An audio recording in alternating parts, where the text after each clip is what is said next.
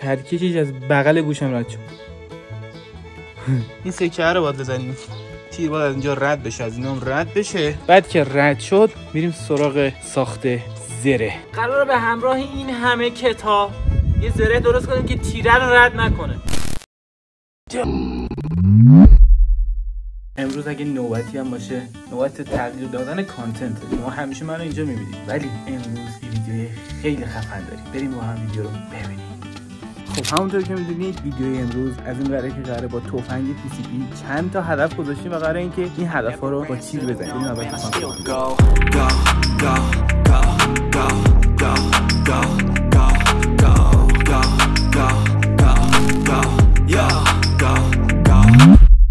خب اما هدف‌ها چیه؟ هدف‌ها خیلی باحال براتون گذاشتم. اول یه میز خیلی داغون داریم، گوجه سیب زمینی، شیشه دارو، این موزاییک و این سکه که سخت‌تر از همشونه و این تیر باید همه اینا رو رد کنه. یعنی قشنگ همه اینا رو رد کنه که به قول معروف پرنده بشی.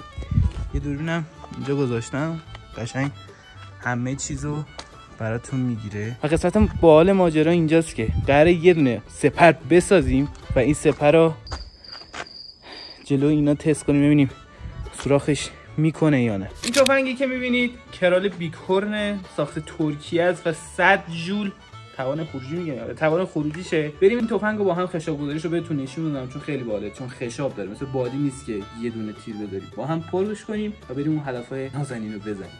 Let's go. این کوچولویی که میبینی نمیدونم پیداه، این کوچولویی که میبینی خشاب این تیره. این تیرایی که اینجا میبینی تیراش فرق هم میکنه با اون بادیا. بریم که خشاب گذاری کنیم.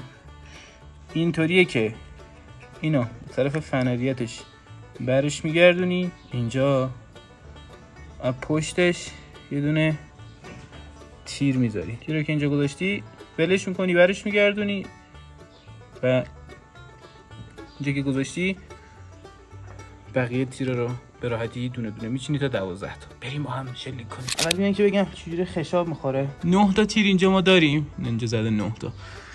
اینو به این صورت اینو میکشیم عقب اینطوری و الان مسلح. بریم تفنگ رو با هم تستش کنیم و ببینیم که نشونگیرون چقدر خوبه. قسمت باحال ماجرا آخر ویدیو. لایک، کامنت، سابسکرایب یادت نره. بریم. اولین هدفمون گوجه است. این از گوجه بریم سراغ سیب زمینی. قدرتش 100 جوله. من الان گوشیمو اونجا گذاشتم، فکر کنم بخوره به گوشیم. اگه تا اینجا ویدیو دوست داشتی حتما لایک کن، سابسکرایب یاد نره، کامنت هم دوست داشتی بذار. بریم برای ترای دوم سیب زمینی. ایزی. علی اکسون تیرانداز توی کامنت ها. این سکه هر چیزی بزنیمش اون خیلی دردسر داره.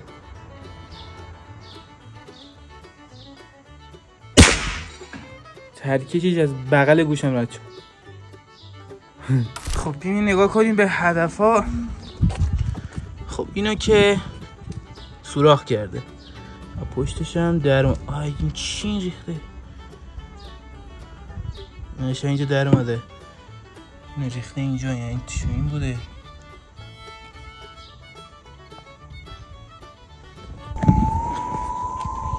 اینم از سیب زمینی. حاجی داغون شد همینجا. این از سیب زمینی خراش برداشت، نگاه کن. پرام برو این ور.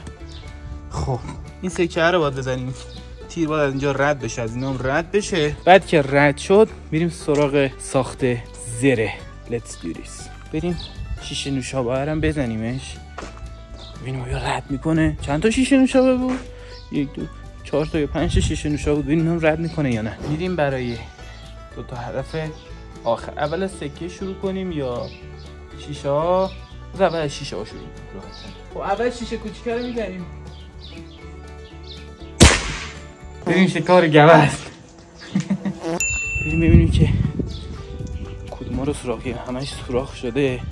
خب همه رو این که از اولی، این که سوراخ شده، این هیچی. این هم سوراخ شده. دوتاش اینجا سوراخ شده، پشت اینجا. آره ببینم اینم سوراخ شده. 3 تا.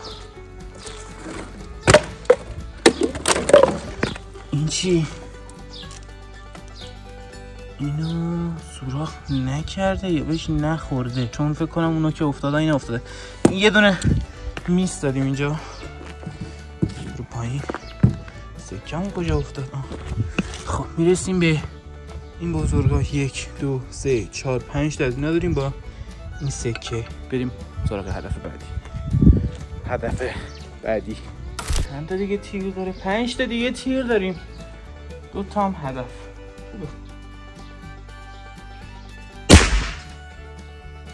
چه ویدیو سخته این ویدیو گرفتن. ببین این خورده، چه چرخیدن اینا.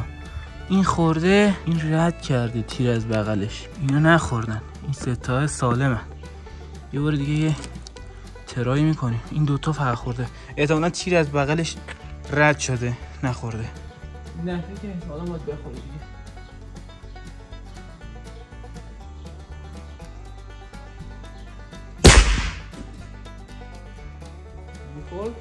چه شورشوره آبی رو افتاد. این خورده. این 2 تا چرا نخوردن؟ مثل اینکه رد نکرده. این رد کرده.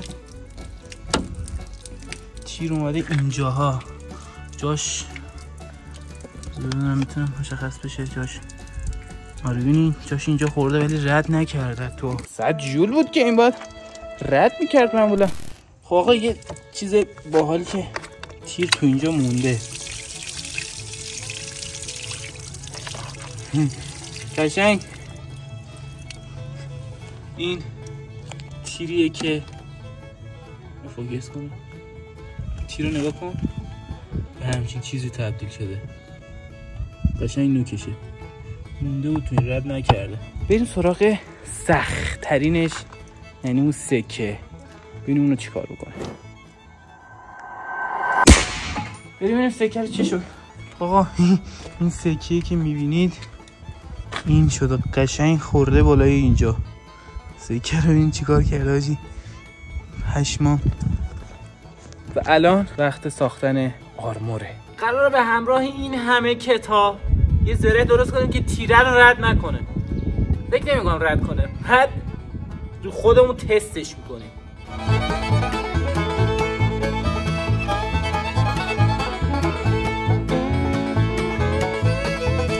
یه لایه 2 3 تا کتاب شده.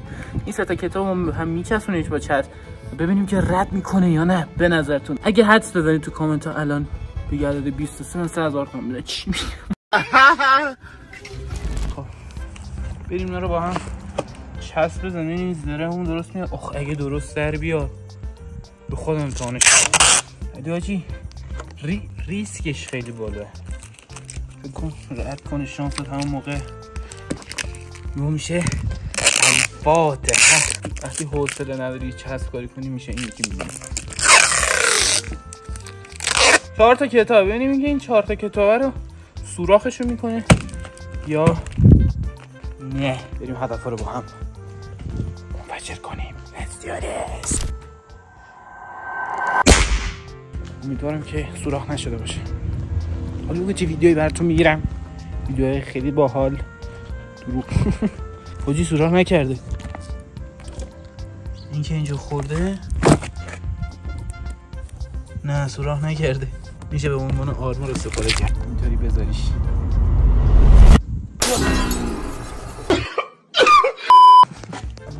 خوجی پشمام کلن یه دونه رو بیشتر سوراخ نکرده. اون اومده اینجا گیر کرده تیر. مثلا عدس شده تیر.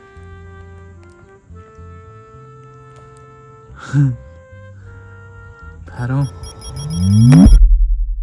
خب آقا این از ویدیوی امروز. امیدوارم که ویدیو رو دوست داشته باشید. میتونست خیلی بهتر بشه ویدیو، ولی با این حال اگه دوست داشتید حتما سابسکرایب کنید، زنگوله‌شو بزنید که خیلی مهمه. لایک کامنت هم که اگه دوست داشتید بزنید. واقعا این کارا تو خونه نکنید. ما هم که اومدیم توی محلی مثل کارگاه یا گاوداری داریم این کار رو میکنیم. اگه دوست داشتید ویدیو رو لایک کنید. این 2 تا ویدیو رو هم حتما بهت پیشنهاد می‌کنم ببین. تا ویدیوی دیگه فعلا.